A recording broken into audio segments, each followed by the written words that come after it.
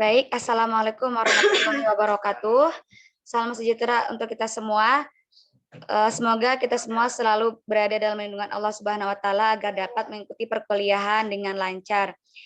Yang terhormat saya ucapkan kepada Bapak Aditya Prastian selaku dosen pengampu mata kuliah pengantar Tata Hukum Indonesia dan juga teman-teman semua dimanapun berada yang sedang menonton video presentasi kami ini. Baik, langsung saja saya di sini Siti Laila Rahmah selaku moderator sekaligus anggota kelompok 4 yang akan mempresentasikan materi tentang hukum adat di Indonesia. Saya di sini bersama 6 rekan saya yang lainnya, yaitu Fauzia Rodotul Hasanah, Elsa Wasilia Sulianti, Adelia Masito Dewi, Wahyu Bagus Alamsyah, Hayati Rida, dan Jenny Fernanda Sari. Baik, langsung saja kita akan memasuki submateri yang pertama mengenai hukum adat di Indonesia yang akan dipresentasikan oleh Mas Bagus Wahyu Alamsyah. Saya persilakan. Oke, terima kasih kepada moderator atas kesempatannya. Oke, saya di sini akan membacakan atau mempresentasikan tentang hukum adat Indonesia. Indonesia adalah negara yang menganut pluralitas dalam bidang hukum, di mana ada 3 hukum yang keberadaannya diakui dan berlaku, yaitu hukum barat, hukum agama, dan hukum adat. Setiap wilayah di Indonesia mempunyai tata hukum adatnya masing-masing untuk mengatur kehidupan bermasyarakat yang beraneka ragam, yang sebagian besar hukum adat tersebut tidak dalam bentuk aturan yang tertulis. Hukum adat tersebut berkembang mengikuti perkembangan masyarakat dan tradisi yang bersumber dari kesusilaan dan kebenarannya diakui masyarakat. Hukum adat dapat digunakan untuk mengatur kegiatan sehari-hari masyarakat dan menyelesaikan suatu permasalahan yang timbul di masyarakat. Selanjutnya, dalam masyarakat terdapat hukum yang mengatur adat itu tersendiri oleh kepala adat di setiap tingkat daerah. Jadi, hukum adat adalah suatu rangkaian yang mengikat tingkah laku masyarakat yang berlaku dan memiliki sanksi. Hukum adat tidak tertulis, namun hukum adat secara resmi telah diakui negara dalam pasal 18B ayat 2 dalam UUD 1945. Terima kasih. Itu yang bisa saya sampaikan. Saya kembalikan ke moderator. Baik, terima kasih atas presentasinya, Mas Bagus, mengenai pengertian hukum adat di Indonesia. Berikutnya, kita akan memasuki lingkup pembahasan inti, yaitu sistem hukum adat dan dasar hukum berlakunya hukum adat di Indonesia. Baik, untuk submateri kali ini akan disampaikan oleh Mbak Hayati Rida. Kembali saya persilakan. Baik, terima kasih kepada moderator. Kali ini saya akan menjelaskan tentang sistem hukum adat. Secara historis, 2 sumber hukum yang ada di Indonesia yakni sumber hukum yang dibawa oleh orang asing Belanda dan sumber hukum yang lahir dan tumbuh di negara Indonesia itu sendiri. Seorang tokoh bernama M.R.C. van Vollenhoven adalah seorang peneliti yang berhasil membuktikan bahwa negara Indonesia memiliki hukum adat asli. Hukum adat berbeda dengan hukum yang berasal dari Eropa. Hukum adat memiliki sifat pragmatis realisme yang mampu memberikan kebutuhan masyarakat yang bersifat fungsional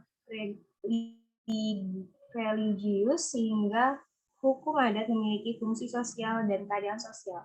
Adapun nih karakteristik hukum adat yakni 1. Komunal atau kekeluargaan, di mana kehidupan bermasyarakat lebih penting dari kehidupan individu. 2. Kontan atau tunai, yaitu suatu perbuatan hukum dalam hukum adat apabila dilakukan secara tunai sebagai dasar mengikatnya suatu perbuatan hukum. 3. Konkret atau nyata, perbuatan hukum yang dilakukan secara nyata itu bersifat sah. Mungkin segitu saja yang bisa saya sampaikan tentang sistem hukum adat. Saya kembalikan lagi kepada moderator. Baik, terima kasih saya ucapkan kepada Mbak Hayati Rida. Berikutnya akan dijelaskan mengenai karakteristik hukum adat secara lebih rinci lagi oleh rekan saya, yaitu Mbak Adelia Mahasiswa Dewi. Saya persilakan.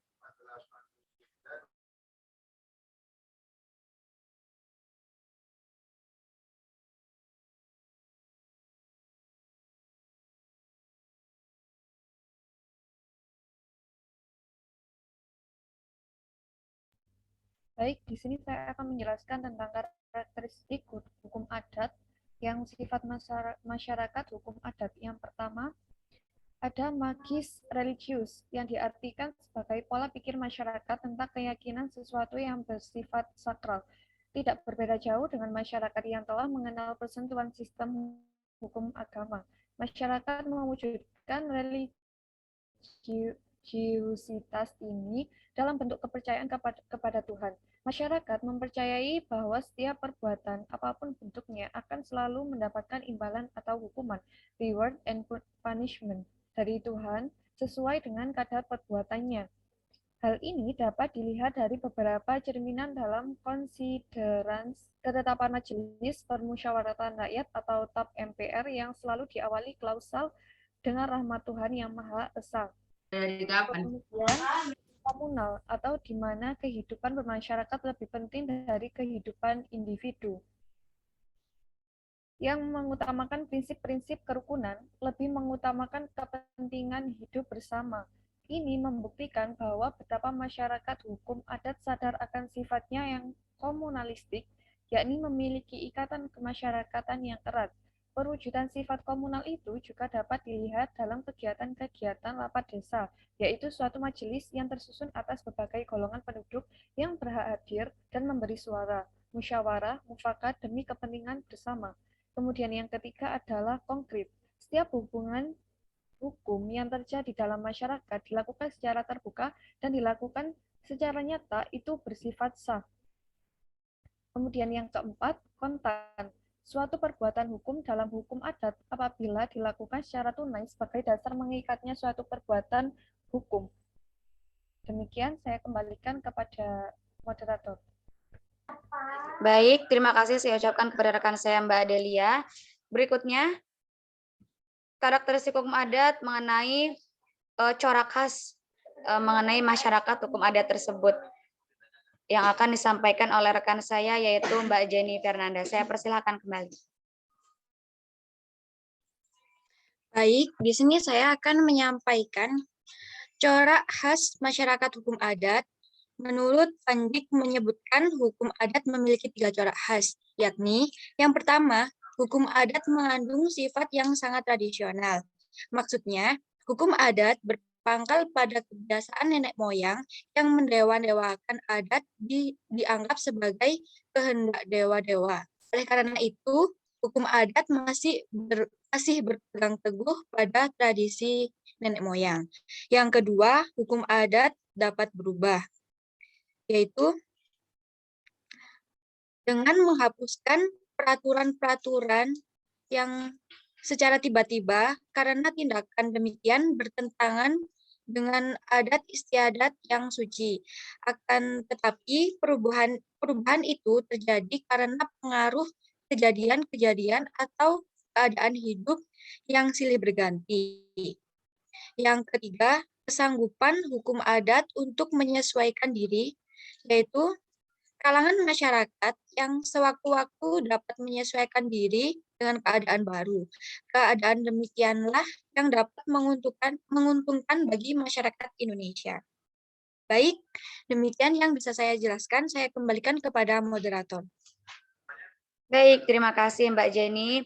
Untuk submateri berikutnya yaitu mengenai fungsi hukum adat dalam masyarakat Indonesia. Berikutnya kepada presentator Mbak Elsa, saya persilakan. Baik, terima kasih kepada moderator telah memberikan waktunya kepada saya. Di sini saya akan menjelaskan fungsi hukum adat dalam masyarakat. Dalam pergaulan antara masyarakat tidak hanya diatur oleh hukum, akan tetapi juga dipedomani oleh agama, moral, susila, kesopanan, dan kaidah-kaidah sosial lainnya. Hukum yang baik adalah hukum yang sesuai dengan hukum yang hidup dalam masyarakat itu sendiri. Untuk menjadikan perubahan yang lebih baik ke depannya, diperlukan sikap attitude untuk mencapai perubahan yang berarti. Seperti yang kita ketahui, hukum, baik itu hukum adat ataupun hukum-hukum yang lain, itu memiliki beberapa fungsi. Nah, hukum adat itu memiliki fungsi, adapun fungsi yang utama yaitu adalah untuk mengatur suatu kehidupan di masyarakat. Karena jika tidak adanya hukum, baik itu hukum adat maupun hukum-hukum yang lainnya, maka masyarakat itu tidak dapat diatur karena tidak ada rasa saling peduli, tidak ada rasa saling memahami di antara dengan yang lainnya. Karena tidak lain keberadaan hukum adat yaitu adalah untuk membantu kehidupan masyarakat agar menjadi hidup rukun. Nah, karena dengan adanya hukum adat dapat melahirkan aturan yang mengatur tingkah laku manusia. Seperti contohnya saudara kita masyarakat Melayu, di mana mereka mempercayai hukum adat dalam hubungan perkawinan, dimulai dari acara menilai calon pengantin, kemudian diikuti dengan melamar, kemudian disusul dengan perkawinan, di mana di tahap-tahap tersebut ada aturan-aturan yang harus dipatuhi. Mereka juga mempercayai bahwa adapun perkawinan yang tidak menggunakan dengan hukum adat, yaitu akan menimbulkan permusuhan atau perpisahan. Karena hukum adat yaitu hukum adat dalam perkawinan yang dipercayai oleh masyarakat Melayu itu dapat menggabungkan dua jiwa, bukan hanya urusan pribadi, jadi termasuk urusan keluarga. Baik, mungkin cuman itu yang dapat saya sampaikan. Saya kembalikan ke moderator. Baik, terima kasih kepada presentator kita Mbak Elsa. Untuk submateri terakhir yaitu mengenai dasar berlakunya hukum adat di Indonesia yang akan disampaikan oleh Mbak Fauzia. Saya persilakan. Baik, terima kasih kepada moderator. Selanjutnya ada dasar berlaku hukum adat. Pasal 75 Reglemen Baru atau RR. Peraturan yang ada pada masa kolonial Belanda. Yang kedua ada pasal 130 ayat 6 IS, yaitu hukum bangsa Indonesia adalah hukum positif bagi bangsa Indonesia. Yang ketiga ada Undang-Undang No. 4 Tahun 2004, pasal 25 ayat 1 diperkuat oleh pasal 28, menyatakan sumber hukum tidak tertulis juga bisa dijadikan pertimbangan hakim dalam mencapai keputusan. Pada zaman kolonial Belanda, sumber hukum yang harus dilihat adalah pasal 75 RR yang baru, yang mulai berlaku pada tanggal 1 Januari 1920, menyatakan bahwa hukum Eropa berlaku untuk golongan Eropa dan Indonesia Bali, Indonesia asli, yang mana orang Indonesia asli menyatakan dengan sukarela bahwa mereka akan menundukkan diri pada hukum Eropa. Pasal 75 RR tersebut dipertegas oleh pasal 130 IS yang menyatakan bahwa daerah-daerah diberi kebebasan untuk menganut hukumnya sendiri. Pada masa sekarang, konfigurasi hukum telah berubah dan hukum adat merupakan salah satu bagian dari hukum negara yang tidak tertulis. Hal tersebut dapat dalam Undang-Undang No. 4 Tahun 2004 tentang kekuasaan kehakiman yang diatur dalam pasal 25 ayat 1 yang menyatakan bahwa segala putusan pengadilan selain harus memuat alasan dan dasar putusan tersebut, memuat pula pasal tertentu dari peraturan perundang-undangan yang bersangkutan atau sumber hukum tertulis yang dijadikan pada dasar hukum untuk mengadili. Pasal tersebut diperkuat oleh pasal 28 yang menyatakan bahwa hakim wajib menggali, mengikuti, dan memahami nilai-nilai hukum dan rasa keadilan yang hidup dalam masyarakat.